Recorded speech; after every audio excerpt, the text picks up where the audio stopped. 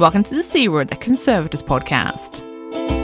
Today we're talking about conservation and conflict. I'm Jenny Mathiasson, an Objects Conservator based in Carmarthenshire. And I'm Chloe Rumsey, an Objects Conservator based in Manchester. Hello. Hey, welcome. So this is Season 11. Well done, Jenny, my love. Well done you as well. We got there. This is a team effort. It is. It feels like quite a somber topic for the first episode of Season 11, but it is. Really, really important. It is. It's one that's been on the spreadsheet for a long time. It has. Regular listeners know that we have a spreadsheet of topics that we work through. Also regularly just give in to our whims and do one that isn't on the spreadsheet as well. But this one has been on there, like basically since day one. Like it's one of the really early ideas. Yeah. However, with the situation in the world, we decided to do it now. Now is the time. So now is the time. Anyway, so to help us with that, seeing as Chloe and I are both very safely in the UK and don't really stray outside of that much, we have a special guest host with us. Would you like to introduce yourself to our listeners?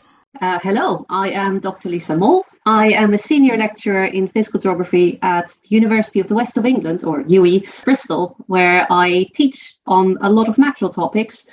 But in my research career, I tend to look at how explosives and ballistics damage heritage in conflict areas. So I am the lead of the Heritage in the Crossfire project. And we do lots and lots of experiments to see how heritage gets damaged and what potential first aid we can offer. Wow. So practical stuff. Immediately I'm thinking like Mythbusters, but with explosives and heritage. It's not actually far off if you see some of the experiments that we do. Quite often, because this is not usual research, we quite often have to make up methodology on the spot, just trying things out. So yes, sometimes it does take a little bit of a Mythbuster sort of approach to it. In our most recent experiments, we had to build a couple of structures, and the night before I realized that none of us actually knew how to lay a brick. So there was a lot of YouTube videos, and we built some structures, and they later blew them up. So there is a certain element of Blue Peter meets Mythbusters to the research. But it is teaching us a lot about how heritage does get damaged during conflict, and that really is the end goal, no matter how we get there. Honestly, I've never heard anything more relatable as a general objects conservator other than become an expert on something overnight, please. All right. I'll just do that. Don't worry. How did you get into it? Well, so when I was finishing my my PhD back in the day, we just about started seeing a lot of the damage that was happening in the Middle East, the very deliberate destruction. And like a lot of other people, I got very angry about it. It took me a while to actually just figure out and look at these photos, especially when Palmyra got damaged, to think, well, hang on, I've just finished a PhD in rock weathering. This actually is something I can help with. And I thought, nobody knows how, for example, when a bullet hits a stone surface, what happens? A couple of weeks later, I went on one of the earlier dates with my now husband, and we were walking around London and walked past Tate Britain. And I looked up and I saw the shrapnel damage on the sides, and basically handed in my handbag, said, give me 5 minutes, scrambled up, took loads of photos, came back with completely ripped up tights and everything, like any semblance of the nice woman that he was on a date with was gone. But that's really when this little sort of intellectual ball started rolling. Then it took another while, because unfortunately the funding for this wasn't easy. And of course I put in lots of applications. It wasn't really sticking, but it became a real sort of project of passion, because that anger never left. And that idea that actually there was a niche there was something there that I could do to help. So I borrowed equipment. I was very kindly given some stones from a basement that nobody was using anyway. I found some people who were at the shooting range and weren't too busy to shoot these blocks for me. And slowly but surely, I actually managed to generate samples needed for the pilot study. And once the pilot study was out there, and this took 5 years, it actually started to take off. And that's when people started to take some notice of it. All I needed was a couple of people who believed in it as much as I did. And that group of people has started to form sort of the core team of Heritage in the Crossfire. From there, we've actually managed to do much more structural testing and working with places like Cotec. We can get like high-speed videos. We can see exactly what happens when a ballistic hits a stone surface, or in this case, in the last iteration, when a mortar bomb goes off in its vicinity, and actually do this at a much more professional level. Wow. I'm just thinking of the sheer scope of this, because there are so many different ways of... Humans get very creative in injuring each other and structures, so there's a lot of different things there to be used, so tested on different materials, and then there's all the different things that we actually build things from. That's a lot. What's happening with the data now? How are people using the data on the ground, as it were? So a lot of what we do is training, just trying to get that knowledge out there. And then what we do is actually just sit down and talk to partners, whether they're sort of in Northern Africa or the Middle East, or they're partners within the army or in Blue Shield, and basically say, look, this is what we do. How do we make it useful? And of course, you know, our training programs develop as our research develops. We're very much like flying by the seat of our pants at some point, because as you say, there is so much work to be done. Yeah. But what we can do is actually apply it very specifically as well. So we've just finished a project led by Professor Anna Leone at Durham University and myself at the site of Sabratha in Libya. And there, a magnificent Roman army amphitheater has been shot at with various types of weaponry, but it's also a site that UNESCO is very much involved with. And what we've been doing is actually working with the Department of Antiquities, and we made little training videos, PDFs, we had Zoom meetings, and we basically just showed them step by step, this is how you use this equipment, this is the data you get from it, this is how you need to go out and collect this data. And we managed to, as a team, bring together a phenomenal data set that actually documented all of the damage around the amphitheater. So we had photogrammetry with drones, so we got nice 3D imagery of all the bullet impacts and some of the RPG impact. And we've got rock surface hardness measurements, so we could be very targeted in saying, well, this section of damage we really need you to measure, and here's the grid that you can use. We got things like bathymeter readings, so we got a really good idea of where, for example, salt is really prevalent in the building. We got data loggers out there to measure temperature, so we could actually have a good look at how different environmental stressors are working themselves around the amphitheater, and then bring that together to basically say, right, here are clusters of damage. Here is how much damage is being recorded in the deterioration of the stone surfaces. Now, this is the damage that it's already building on, that we know of, like natural damage, so salt weathering, thermal stress, all these things. And then we can bring that together into a structural assessment. And this actually has become, I think, the first comprehensive analysis of recent war damage on a monument within its sort of topographic setting. And a lot of what we are also interested in is things like invisible damage. So damage you can't see on the surface, but we can extrapolate because we've already studied all these processes in great detail with blocks that we've shot at the range 100 miles from here. So it's all about combining that sort of really high-spec scientific knowledge with field techniques that we can then also train other people in, and then bringing that all together to do remote assessments. That's amazing.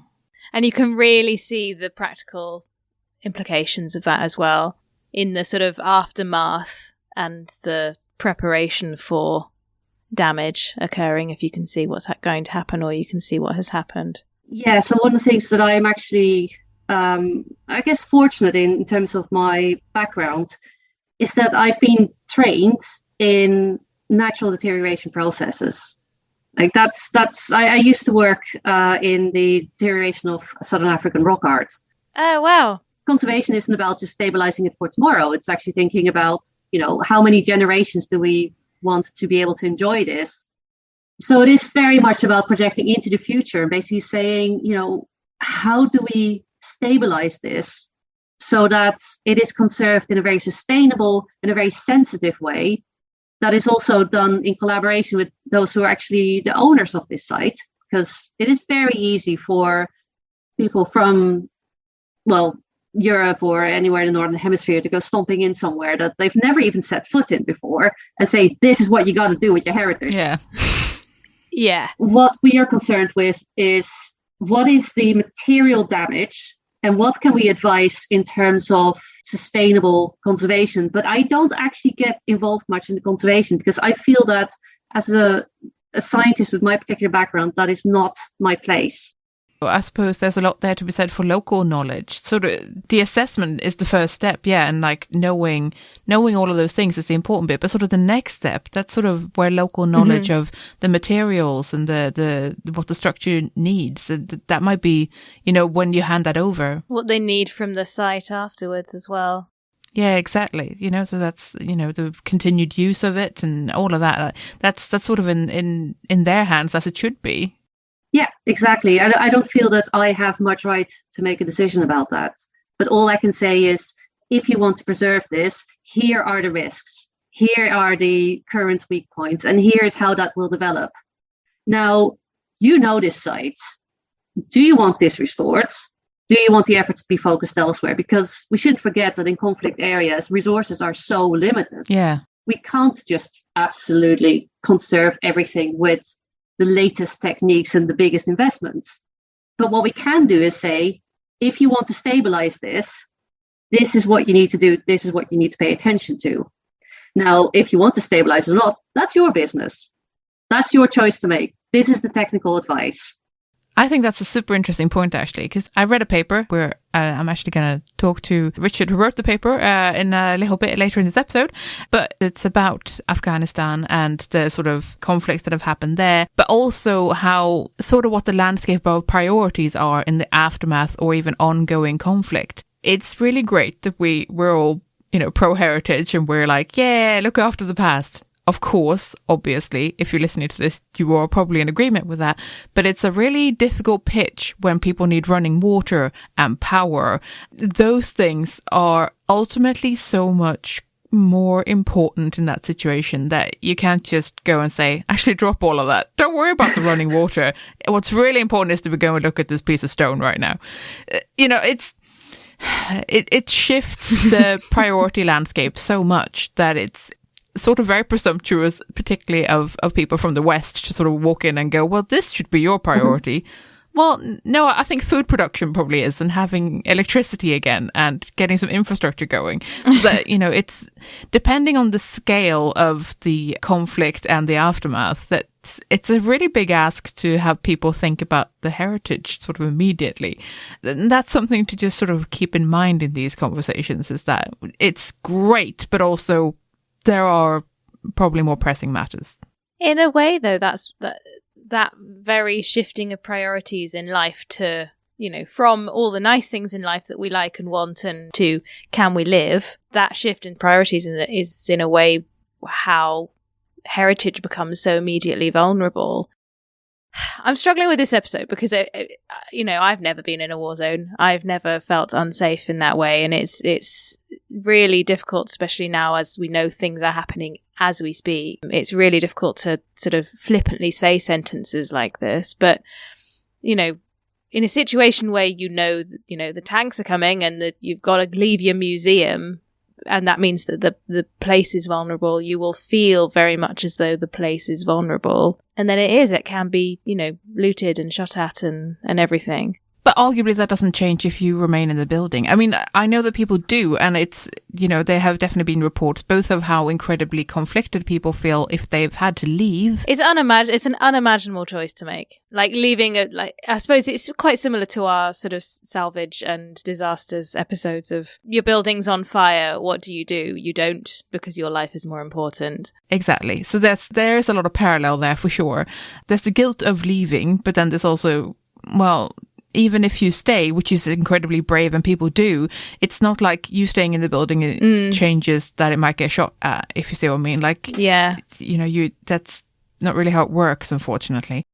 Heritage will always get damaged during conflict. And one of the things that we're seeing now, and we have seen in the last 10 years, is very deliberate destruction of heritage to try and take people's identity down with it. I don't think we should forget how important heritage is in people's sense of belonging. One of the things that's made my work just a little bit emotionally harder again in the last few weeks is seeing Putin deliberately go for heritage sites, in addition to places where there are kids, there's hospitals. The destruction has been mind-blowingly devastating. The only thing we can do to really help that is to basically say, let's build at least a scientific knowledge base that we can rescue as much as possible, and we can limit this horrible damage that shouldn't have happened in the first place, but that will happen because there are people there who want that heritage destroyed. And as you say, it doesn't matter if you get a chain of people standing in front of it trying to protect that heritage. It is conflict, it's armed conflict. And of course, people should be running for their lives first and foremost. No building will ever be as important as a human life.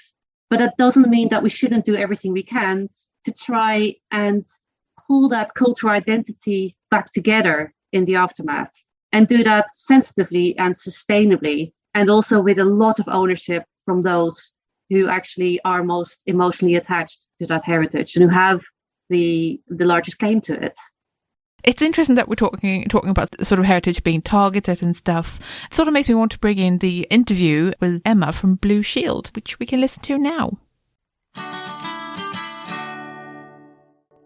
My name is Dr. Emma Cunliffe. I have a dual post. I am in part the secretariat of an NGO called the Blue Shield, which is an NGO that protects heritage in armed conflicts.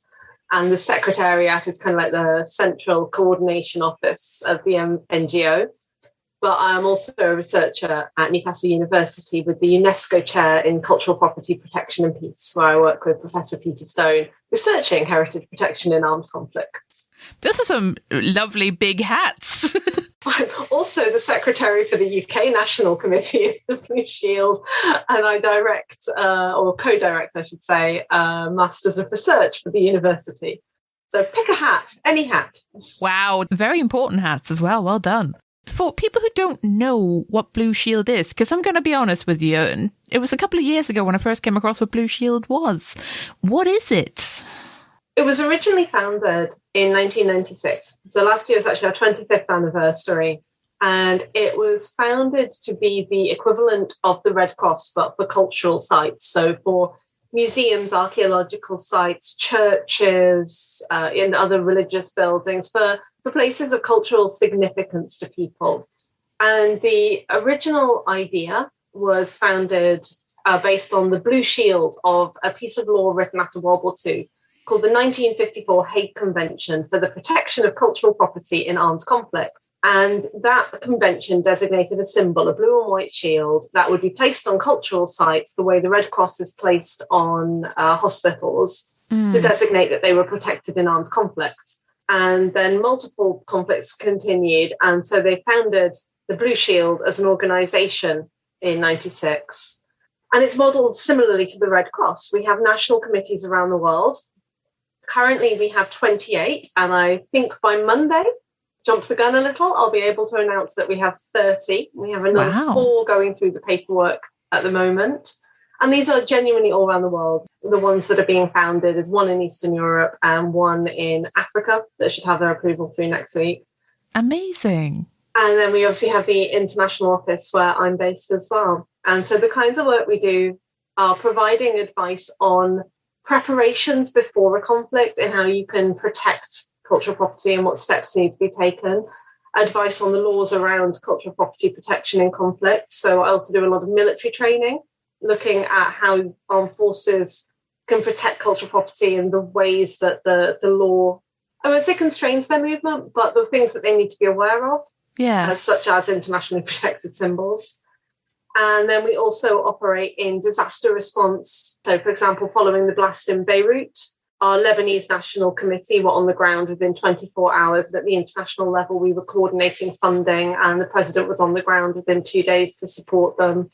So that kind of quite comprehensive approach to cultural property protection, as well as a strong focus on illicit trafficking, because it's in times of unrest and whether that is in a disaster or a conflict that we see looting increases significantly. Yeah. So we do a lot of work trying to stop illicit trafficking and lobby for better national legislation as well. Yeah, because when I first came across it, I was sort of impressed with the sort of military angle that I guess I hadn't really considered, but it makes perfect sense because it's armed conflict. Absolutely. And one of the things we try and stress is this isn't about running around trying to save things in that way, although that happens as well. Yeah. But about teaching people about the steps they can take under law to protect cultural property. I sort of imagined you as sort of a SWAT team that goes in and does stuff, but there's a lot of training behind this, clearly. Yeah, we do not have an operational arm in that sense. We don't get deployed. The reality is we're actually still quite small. The kinds of training we do are about teaching good practice, about how people can work together. And when I say, we do military training, that's not actually, in an active war zone or something, but we will attend military exercises and sort of provide realistic scenarios for the kinds of cultural property and the kinds of situations involving that they might encounter to help them work through how to respond. In a lot of cases, sites aren't destroyed deliberately or because somebody just didn't care. There's a lot of cases where things get destroyed because nobody knew it was there. So trying to improve the channels of communication between culture and defence. Yeah. With the conflict in Ukraine, I know that there's been a lot of, don't tell people where things are because then it becomes a target. It's a really tough balance. So, for example, in the wars in the 1990s, in Croatia, for example, they put blue shields on their buildings. And in at least one case, and I think if I were to check the record, several more, tanks rolled in and deliberately targeted every building with a blue shield on. Yeah. So whilst cultural buildings were targeted anyway, it was basically making it much easier to do that. Mm. But, there are other cases where people have taken deliberate steps not to damage cultural property, knowing what it is. They've, for example, approached a mission a different way. We tend to use a teaching example from Operation Unified Protector in Libya in 2011, when NATO discovered that Gaddafi had placed listening stations, radar stations, around a historic building. It looks like a fort, but it's a Roman fortified farm called Ras Al Merga. And they were just going to, bomb the listening stations. There's six or eight of them. And actually, instead, they changed the type of munitions they were going to use to be small and focused and take out the stations without damaging the site at all. So there are choices you can make if you are determined to protect cultural property. It's very much a question of intent. Yeah, no, exactly right. And that's an important distinction. That's amazing. We've already sort of talked about where in the world you can be found, but it sounds like you have a lot of different groups. Are there other bits where you feel like you're not as well represented as you'd like to be? Definitely. I mean, personally, I would love to see a lot more committees in Asia. At the moment, we only have the Republic of Korea. Oh, okay. Interesting. So Asia is a big blank spot on our map. And to be fair as well, 30 is not a huge number out of the vast number of countries in the world. So we sort of talked about the type of work that you do and sort of how you do it, although maybe a dirty question, but like, how are you funded? Are you funded by like UNESCO or is it what? How do you do this work? Until 2017, Blue Shield at the international level was entirely unfunded. It's a completely voluntary organisation. When Professor Peter Stone was granted the UNESCO Chair in Cultural Property and Peace by Newcastle University, the title is very prestigious. It's an excellent thing for a university to have a UNESCO chair. And as part of that, he was granted additional funding by Newcastle University to hire one full-time staff member and one part-time staff member to support the goals of the UNESCO chair. Those goals are agreed with UNESCO, and one of them was to support the Blue Shield network, which means that as the full-time member of staff working for the Blue Shield, the majority of my job is not, in fact, with my university hat, but to support the Blue Shield network. We are entirely funded by Newcastle University for 1.5 staff members, and that is the international office plus the president. Wow. At the national level, the majority of our committees are all voluntary, with, that I know of, 2 paid posts amongst them all. Wow. At both the UK National Committee and the international level are working on major fundraising campaigns at the moment to increase our capabilities. That makes sense. Amazing. So how can people find out more about you or join you or support your mission, for example? What can they do? Well, a variety of things. Some national committees do take volunteers. People who want to volunteer with their national committee need to understand that the committees themselves are volunteers. So there isn't a lot of capacity to train people. We do get a lot of requests from students wanting experience in the field. And if we could, we would support that in a heartbeat. But somebody who's actually looked at the website for that national committee, who has matched their skills to those skills needed, whether that even is just offers of translation, for example, or website management. It's funny, but most heritage staff are not, in fact, website managers. And somebody offering to just assist with jobs like that is often a lot more welcome than people would realise. You can find all of our national committees on the Blue Shield website, which is www.theblueshield.org. And we're currently transitioning to a new website domain. So just as this goes live, our website will probably be down. But when it comes back up again, we have a whole section devoted to finding the contact details of our national committees. Amazing. If you're listening to this in a country that doesn't have a national committee, we have a little section that shows them all on a map. Please do consider founding one. We don't have actually any requirements in terms of professional ability per se. We look for people with heritage sector experience and the ability to build networks across their entire national heritage sector. And we have some requirements about those networks and about the expertise we need to be in the final committee. But, we're keen to support new committees forming. And obviously those national committees are always keen to receive donations to expand their work. So do please have a look and consider it. Thank you so much for joining us today, Emma, and it's been lovely hearing about your work. You're more than welcome. Thank you very much. It's so interesting, isn't it, that the accidental versus intentional damage. Because a lot of the things I've been reading when preparing for this episode has been like, obviously there is this stage of what can we salvage, what can we rescue, but it's also, they're not just going in to see, how many objects they can get out of the rubble. It's also collecting evidence for war crimes. Basically, it's a crime scene. It's sort of no longer just heritage. It's, this has happened to us. This has been done to us. It's interesting that we talk about sort of damage and identity and things like that, because it makes me think of, there will be numerous ones across Europe, actually, sort of testaments to the various world wars, where people have left particularly churches in a ruined state rather than rebuilding them. They've left them as they are, as sort of visual reminders in the urban landscape that this is something that happened here. Here's a scar. Whilst the rest of the city may have been rebuilt around it. I mean, it's something that on a much smaller level we might deal with as objects conservators. If something, if I'm working on a World War helmet that has a bullet hole in it, it's not like I'm going to patch that up. It is what tells the story. So sometimes I would guess that people might opt not to rebuild, because sometimes it's a powerful reminder of a previous conflict.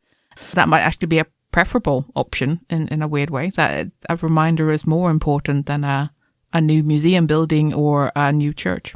Well, that's been kind of interesting in the work that we've been doing, because we have to treat war damage as potential heritage. Yeah. So you're layering heritage on heritage. Yeah. Damage to heritage and this new heritage in its own right can be either something that becomes commemorative and something that is actually important, in the way that you see, for example, the Blitz damage around London. But equally, it can also be very divisive, because if there's a civil war and you get two groups who live in the same neighborhood and they have to somehow stitch a society back together afterwards, then these constant reminders of a conflict are not going to help with that. So it can either be a really interesting new layer of heritage, something that tells a part of the history of that building. But equally, we should leave the option open that actually it's not a good thing to have this commemorative damage there, to constantly remind people of what happened. No, that's true. There's something to be said for healing as well. And healing looks different for different cultures, different groups. It does ultimately depend on sort of what the nature of the conflict was. Of course, civil war will always come with a particular set of baggage that is difficult to deal with.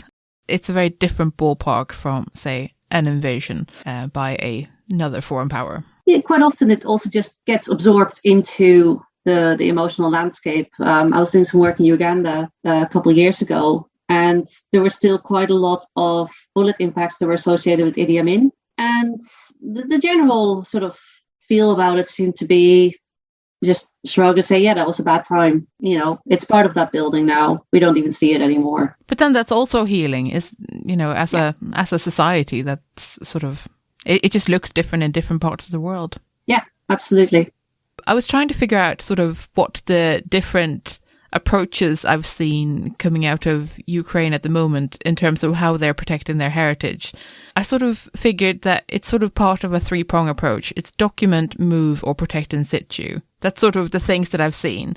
And there have been some amazing pictures coming from, say, museums where with sort of empty exhibition cases and plinths where... Yeah, I've been thinking a lot about the portable heritage thing. Yeah, and things have been moved to secure locations, or secure-ish, different locations, shall we say, undisclosed locations, usually underground, and protected by a lot of barbed wire and brave people. Yeah. Then protected in situ. There are fantastic photos out there of statues piled high with sandbags. Yeah, so that there have been some very striking examples of how people are protecting things. As for documentation, I mean, I've definitely seen headlines about how archivists are, you know, burning the candle at both ends by just sitting there and scanning things before they have to leave the building in a desperate attempt to sort of hopefully digitize things just in case it gets burnt to the ground. And I think even non-heritage people sort of go, oh, Jesus, you know, when they see that. There's a lot of really recent previous examples as well, though, aren't there? Especially with libraries and things like that. Oh, people do love burning libraries, don't they? Yeah, it's long history of that. Yeah, well, quite. Yeah, exactly. There's actually been a really interesting paper that recently come out by Frederick Rosen at the University of Copenhagen, and he's talking about the hybrid war as the new warfare, and that's something that we've seen very much in this most recent conflict as well. All the economic sanctions, the social media getting involved. This war is being fought on many more levels than man-to-man combat.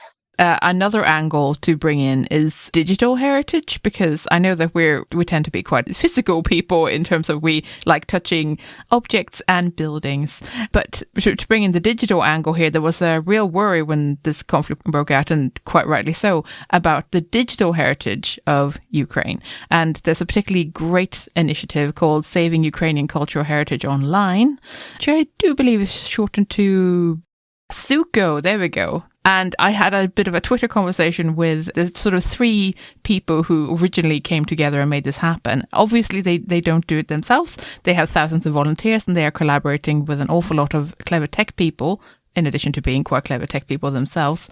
They are doing fantastic work. I talked to Quinn, Anna, and Sebastian, who are sort of the admins of this project. And essentially they are, I was going to say heritage people, but I think it's a bit broader than that. I'm going to go with humanities people. I think Anna's a music librarian, I want to say. I think Quinn works in linguistics, and Sebastian is a digital historian. And these guys aren't actually in or from Ukraine, but essentially they work in different parts of the world. I want to say Austria and America, I want to say. And they saw the conflict kick off, and they all had similar parallel ideas and decided to combine forces, from what I can tell, where they wanted to save online heritage. So things like websites and catalogues online from museums. I think Anna initially started this by thinking about musical heritage in particular, so music archives and stuff like that. They combined forces, and using things like web trawlers, and anyone who's used the Internet Wayback Machine, archive.org, has encountered some of the sort of results from that, because that's sort of what these sorts of things do. They save web pages. But usually with archive.org and stuff, it's a very superficial save. It might be the front page, not all the other pages, for example. So it's sort of like a snapshot of the internet. It's not a complete archive as such. It depends, but they've been using this sort of capture technology and web trawling stuff on a massive scale, especially thanks to all of their volunteers, so that they are saving web pages, archives, all that stuff that is at risk of being lost.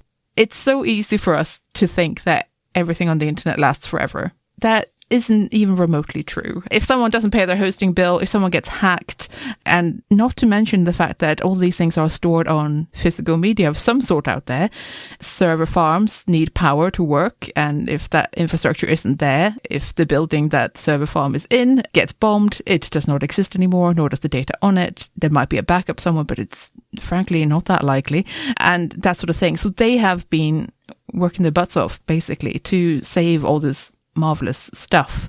And I spoke to them, and the thing that they said that really stuck with me was that they hope they don't need to. They're doing all this work, and they're hoping it's completely unnecessary.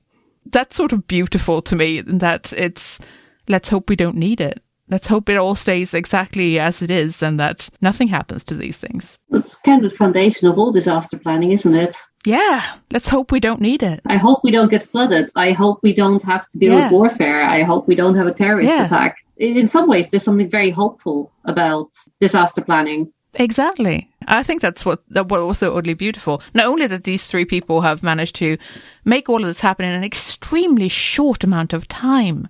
And again, yes, they have help, but it's like the vision of these people to do this.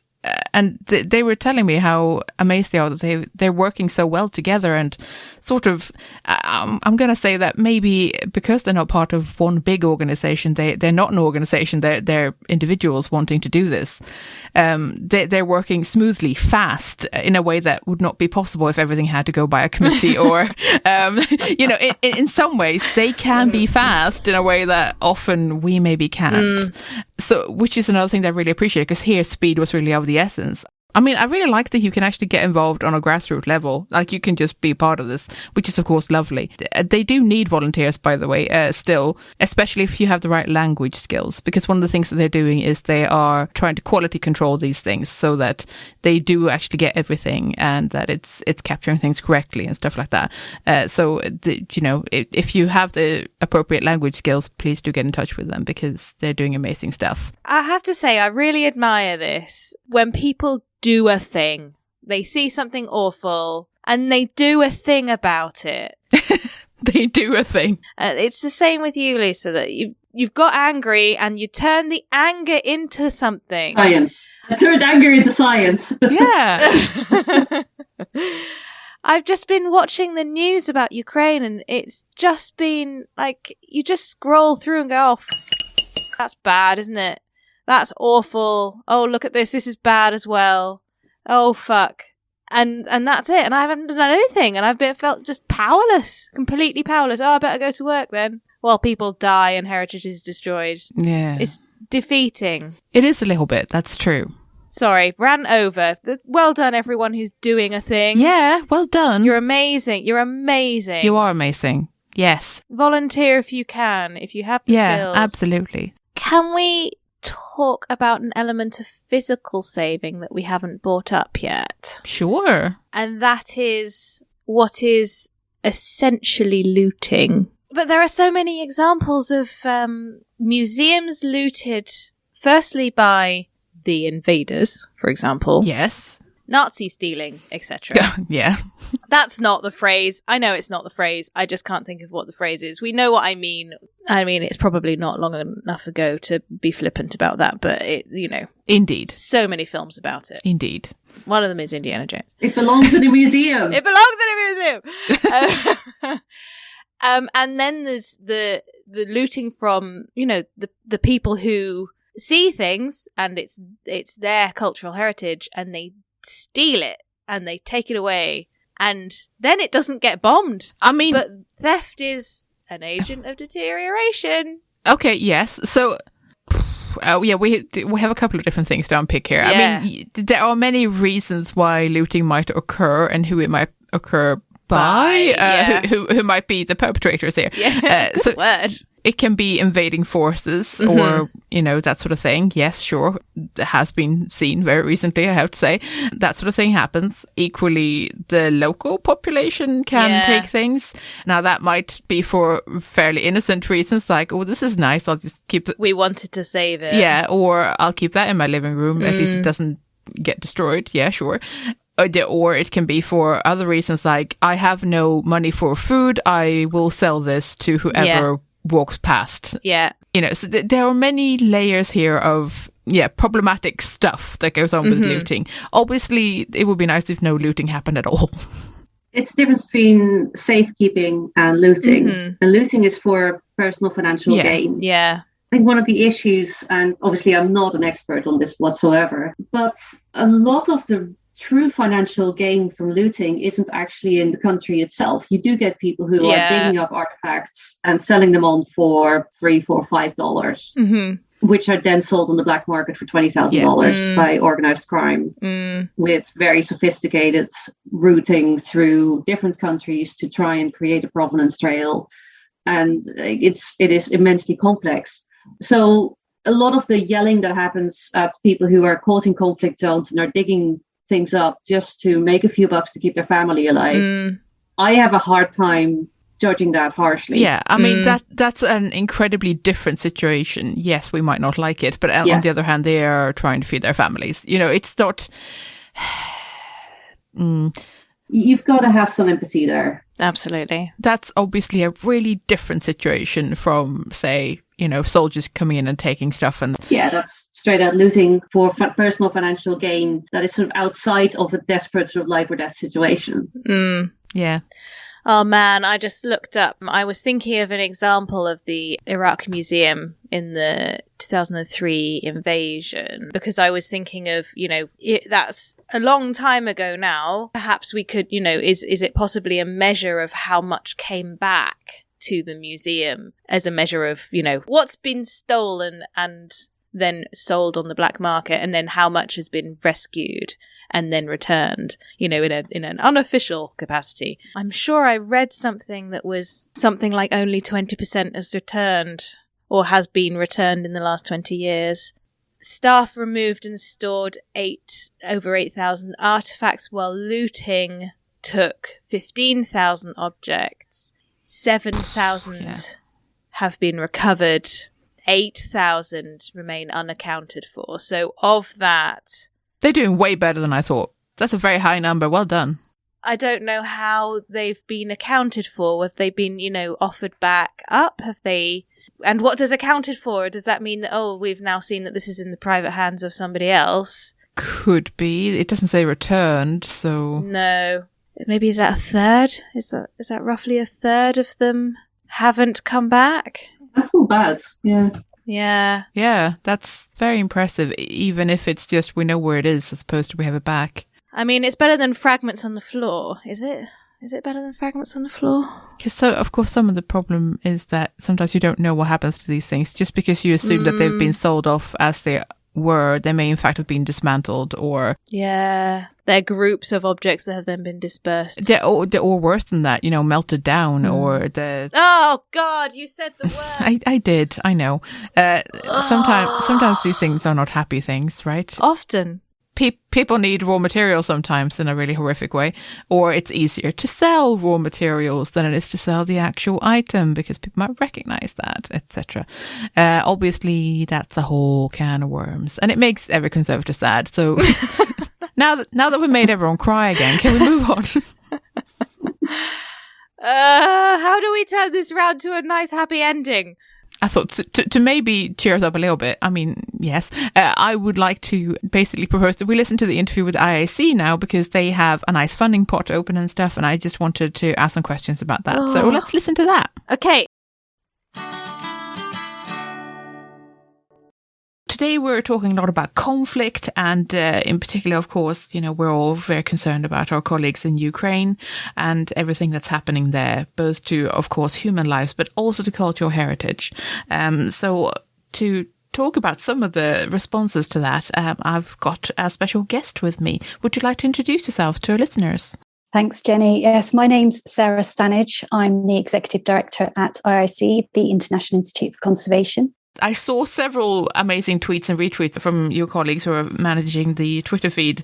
And one of the things that really stood out to me was the funding pot that you've opened up as a way of supporting people. Would you mind telling us a bit more about that?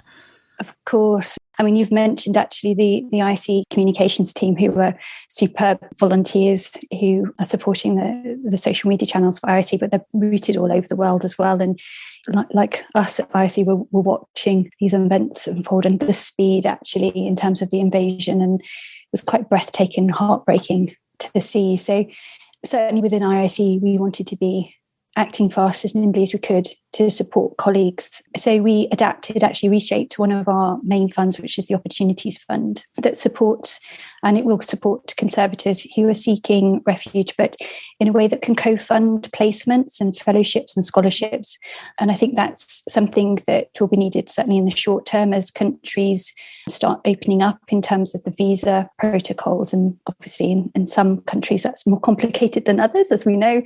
But it's just to have a fund that's at a ready point to support individuals that might need help. And we have had members that have got in touch who do need help. So we were pleased to be able to react as quickly as we could. There'll be more that's needed, I think. I think the point we're at now is just staying alive to some of the challenges that are coming about now and we're facing, but also just seeing the amazing response actually internationally to what is effectively a threat on world peace. And we've seen so many sort of efforts from international bodies now coming forward, which is great to see. And I think we've become one of those important trusted sites for information. That's something we've been really keen to make sure we can maintain for the global community as well with conservation. Of course, pretty much every organization under the sun has put out statements about how they, sympathetic or supporting or whatever they're doing. That's been lovely to see, but it has been a lot.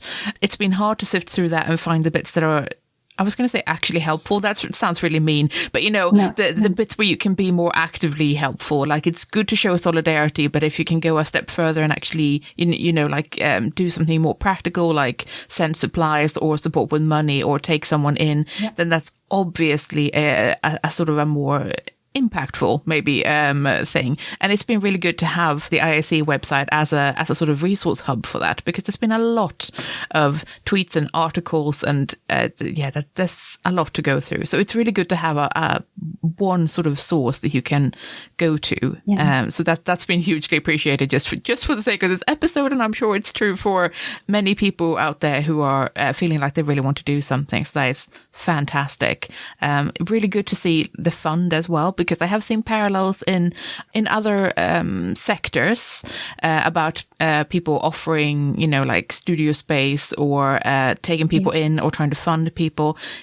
Within conservation, we're a close family internationally. I mean, it's a relatively small sector compared to others, and I think as a result, there's such a good heart, I think, within conservation as well, in terms of helping. Obviously, we are a caring profession, but I think ultimately extending that to colleagues, that's what we saw the outpouring, I think, at the beginning in terms of the number of solidarity statements that were issued. But you're right, there needs to be that sort of grounded action. It's really important to see, and actually the response as well from international bodies is really important. But yeah, I mean, there's still a lot more that's needed, and I'm sure there'll be a lot more to do over the coming months as this unfolds. And I think we've certainly seen initiatives, again, sort of these are the ones that we're signposting, for example, like Suko, which is the brilliant sort of online initiative to save Ukrainian cultural heritage online. But it also made me think as well about sort of really important points of coordination, because sadly, this isn't the only conflict, and there are many others. And that's where I think we do need to reflect on how response goes in. There are a number of really good organisations internationally that are dedicated to supporting in conflict zones, like Aleph, for example. And again, they've put a fund in, I think, of just around $2 million, which is great, going in for materials and doing things like inventories, as well as more coordinated support for heritage workers and cultural workers. So I think that's coming together, and we're seeing that now. As I say, I think there's a lot more to come, I think, sort of post-conflict, and then it's a case of rebuilding and recovery. And, there'll be a great effort needed on that. And again, huge efforts going on, I think, internationally to start raising funds for that. Yeah. Do you guys have anything more in the pipeline, or is it like you're sort of really adapting and thinking on your feet rather than anything, or? hopefully, yes, we are nimble, as I sort of mentioned, we'll do is, and it is about responding to the needs as we see them. I mean, the strength of IC is its members ultimately, and make sure we're responding to the needs of our members, and that's incredibly important. So yes, we'll keep adapting and reshaping initiatives as we need to. I will just say one of the best initiatives I think we've run over the last couple of years through the pandemic was our mentoring program focused on leadership, because it just became that point of solidarity and support for members who were, working through some pretty tough conditions, including in hostile environments. So, just being able to have initiatives like that that will help and support, and that's sort of where we're looking to focus our energy and our time. Yeah. Oh, that's fantastic. Thank you for joining us. No, thank you, Jenny. Take care.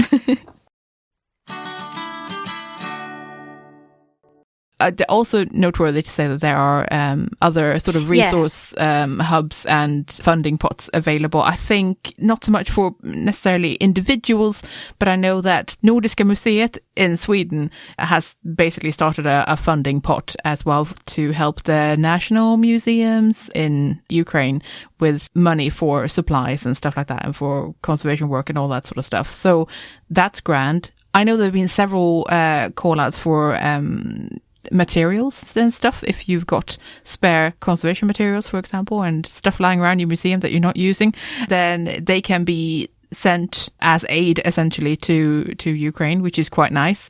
If you need some hope in humanity, it's that people would love to just pack up their natural gloves and their Tyvek. That's a beautiful thing.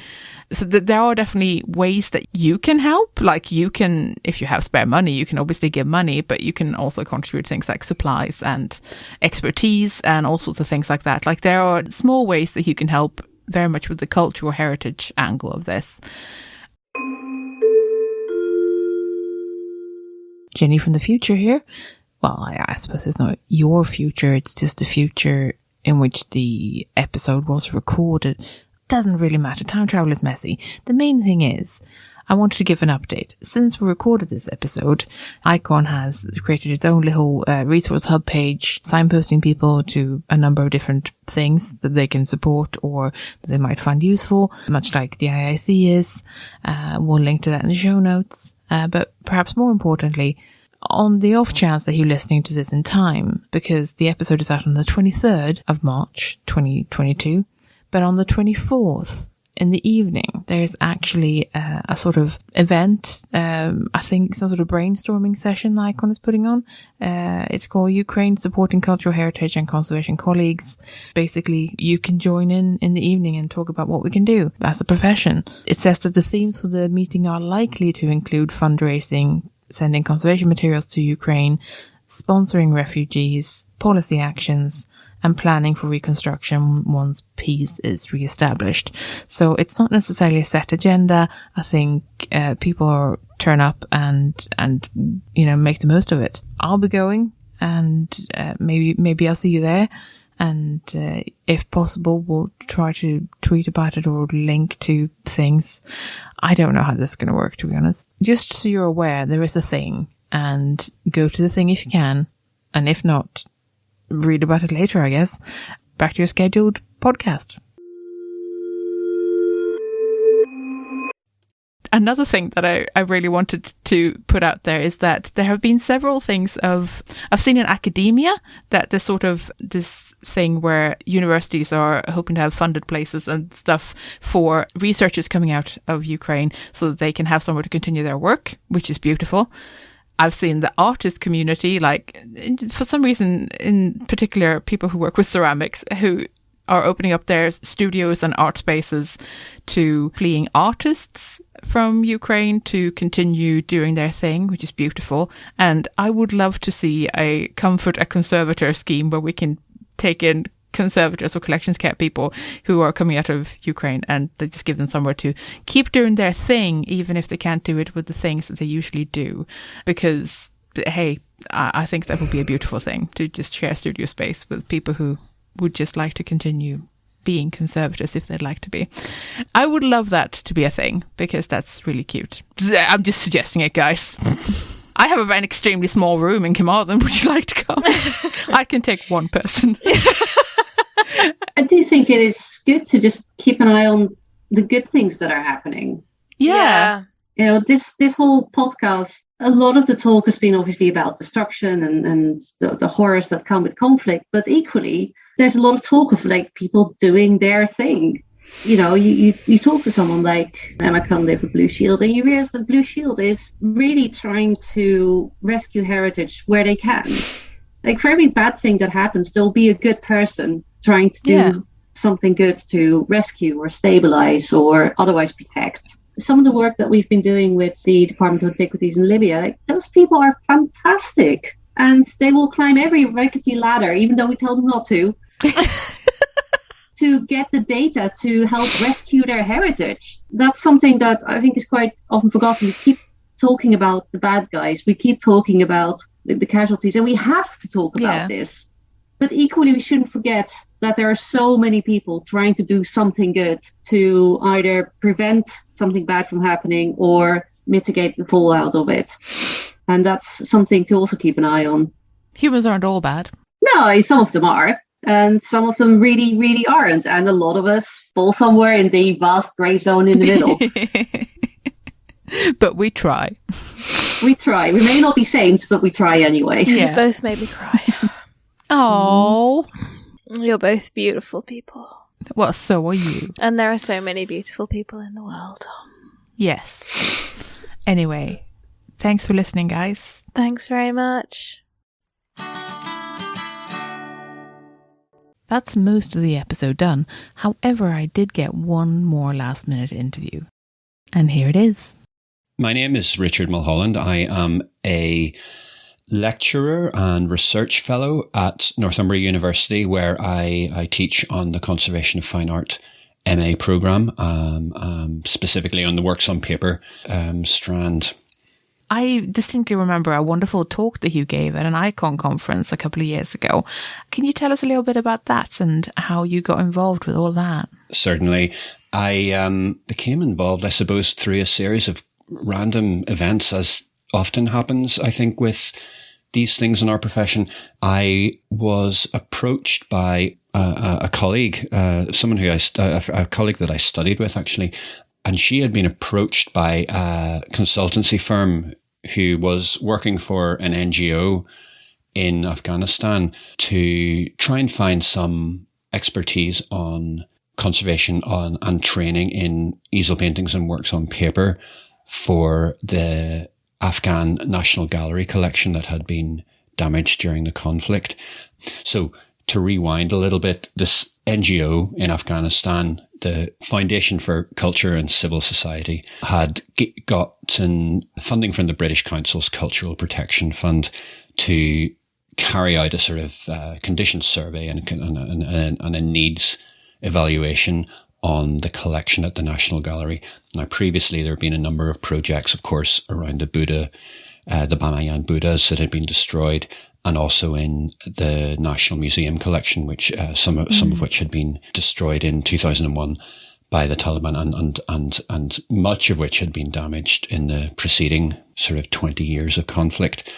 But very little had been carried out on both the collection at the National Gallery and also at the National Archives. So we went over to Kabul in 2018, carried out a sort of initial capacity building study, see what was needed, and to assess the collection. We assessed about 50 of the worst damaged paintings in the National Gallery collection.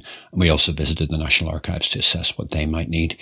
On the back of that, we then went back working also with a Afghan-Canadian consultancy firm called S&N Consultancy. And we applied for another round of funding to actually go in, equip 2 conservation labs at the National Gallery, carry out conservation on site, but also crucially to carry out a training course in sort of very basic collections care, collections management for Afghan professionals. And so that's what we did in 2019. We went over for about 5 weeks, and we brought over a wealth of material from the UK and set up 2 studios there. We fully conserved about 30 objects, paintings and paper. I should say, working also with my colleague Elsa Guerrero, who's director of the International Fine Arts Conservation Studios in Bristol.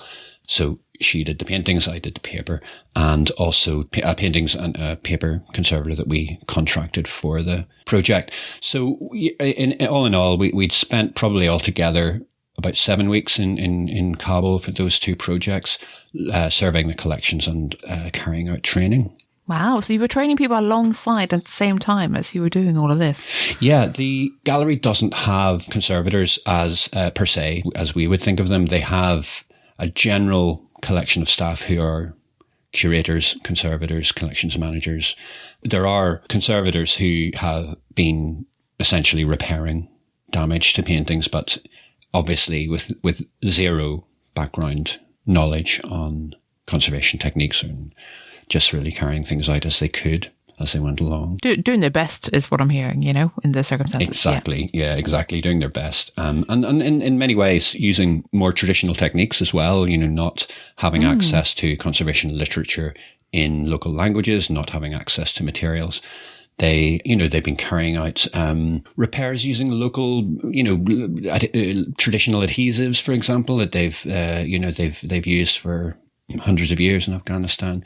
Oh, that must have been a really interesting project. Yeah, it's not your average conservation project when just before you travel, you have to write a proof of life document for insurance purposes and also to wear bulletproof vests and travel in a Category 6 armoured vehicle. Wow, that is a very different world. What do you feel the impact was of you guys having been there? And do you feel like you have a lasting legacy in terms of like the training you've provided and stuff? I think it's quite a difficult point. In terms of the sustainability of these projects in general is questionable, because by the nature of how we tend to work in conflict zones or with these projects, they tend to be very short term. We go in, we do a couple of weeks training and we leave. So the sustainability is definitely something that we need to work on. I think in this area, I feel very strongly about that. It's quite problematic, in fact. And there have been situations where we have, as a profession, visited conflict zones and developing countries and really not had the impact that we would have otherwise had were there to have been a longer, were there to be more sustainable goals, more planning, more conservation planning, conservation management. Yeah. And to be fair, it's also cultural, particularly in Afghanistan. The museum professionals want to see how they completely restore something from beginning to end, and it's a different expectation, I suppose. Very different expectation. And again, I point out in my paper that that's not just a naive approach on their behalf. It's more, Afghanistan in particular, that the complete restoration of something that had been otherwise thought to have been destroyed completely I think is seen by many heritage professionals as a sort of social and political victory over the tyranny of what had gone before. So managing expectations, I think, is a good thing. But at the same time, the expectation was to restore individual objects while at the same time not ignoring the fact that storage areas, the fabric of the building, even employability and succession planning was almost non-existent really in the culture. Yeah, because you've written a paper sort of about this exact sort of thing. Would you like to tell us a little bit about it? We'll link to it as well. Yes, please do. The paper was really born out of the project, but also out of my, I suppose, frustration perhaps at not really understanding how quite to pitch the training to let's say a different culture. I think the cultural expectations in terms of education are very different. And what I attempted to point out, I think, in my paper was that the traditional pedagogies that we are exposed to in our conservation training in, let's say, the Eurocentric zone, we tend to presume that those are the same for everybody, that those will apply to all cultures. And to be highly critical, we often, whether intentional or not, give the impression that the West is best. So we've achieved this level of mastery of in terms of preservation of heritage, and we will pass that on to you. Now, that's the motivations are always well-intentioned there. However, what it has some colonial overtones, shall we say. It definitely has some colonial overtones, and certainly back, in the early days of the profession, that was the key sort of motivation. However, the literature seems to be quite clear on the fact that for students, and this applies to students that come to our universities from, let's say, more traditional cultures too, if they don't have previous experience of learning in that sort of values-driven, self-reflective, self-directed way, discursive environment, they find it very hard to engage with that. And that even some interesting research from about 2018 actually showed that despite most university lecturers in the data set in the UK sort of identifying themselves as these kind of constructivist pedagogues, they find it very hard to engage students in self-reflective, discussion-based learning. And this was very much my experience in Afghanistan. We would set up workshops where we would ask students being professionals, to work in groups and discuss things and try and find outcomes. And that was extraordinarily difficult for them. They were expecting an expert to come to the front and tell them how to restore something from being damaged to being completely repaired. And there's an adjustment there, I think, that we have to make when we go to different cultures. Yeah, that is really interesting.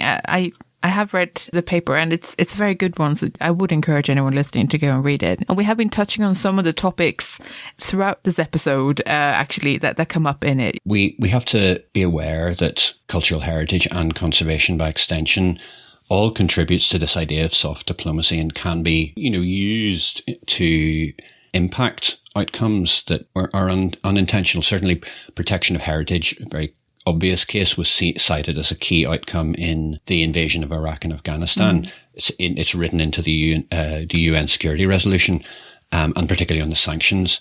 And if you follow that thread, the impact of sanctions on the local people was quite significant.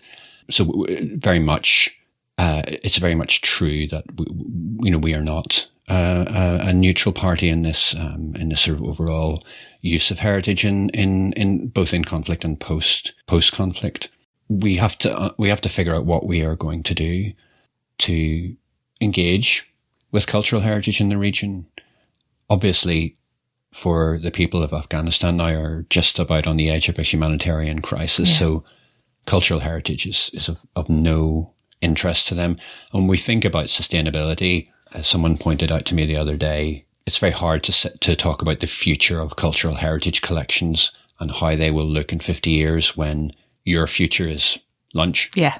In a way, it's positive in the sense that the Taliban have no interest in cultural heritage at the moment. They've opened the museum, they've opened the gallery, but it's a very low priority. They've made some noises towards protection of heritage, which is good. It shows promise, not to descend to how it was in the late 1990s. Oh, that's somewhat heartening to hear, I have to say. I mean, I'll take any good news at this point in time, I guess. Yeah, I know it's not a time for good news at the moment. But it's been lovely to hear about your work and what you guys have been doing. It's some great insights. Thank you so much for sharing with us. Thanks so much, Jenny. Normally I would do a Patreon pitch here and welcome new patrons on board, but I'm not going to do that this time. I'm going to save it for next time, because this time it feels more appropriate to ask you to donate to humanitarian aid or one of the many organizations trying to help the cultural and heritage sector in conflict zones, in places where there's war. I guess at the end of this episode, we just really wanted you to feel like there were options, like you have some agency, and sometimes that can just be giving some change to a good cause. And yeah, that's it, guys. Thanks for listening. We're The C Word, and you've been listening to Lisa Mol, Chloe Rumsey, and me, Jenny Mathiasson. Join us next time for an episode about conservation standards. In the meantime, check out our website at thecword.show, tweet us at The C Word Podcast, or simply email us on thecwordpodcast@gmail.com. The intro and outro music is Spring by Didi Music, used under Creative Commons Attribution License. Additional music and sound effects by Callum Robertson. This has been a Wooden Dice production. I think maybe that's one of the reasons I'm struggling with this episode. I'm just like, can we not war? Could we just not war? Like, obviously don't. Obviously, let's just not war.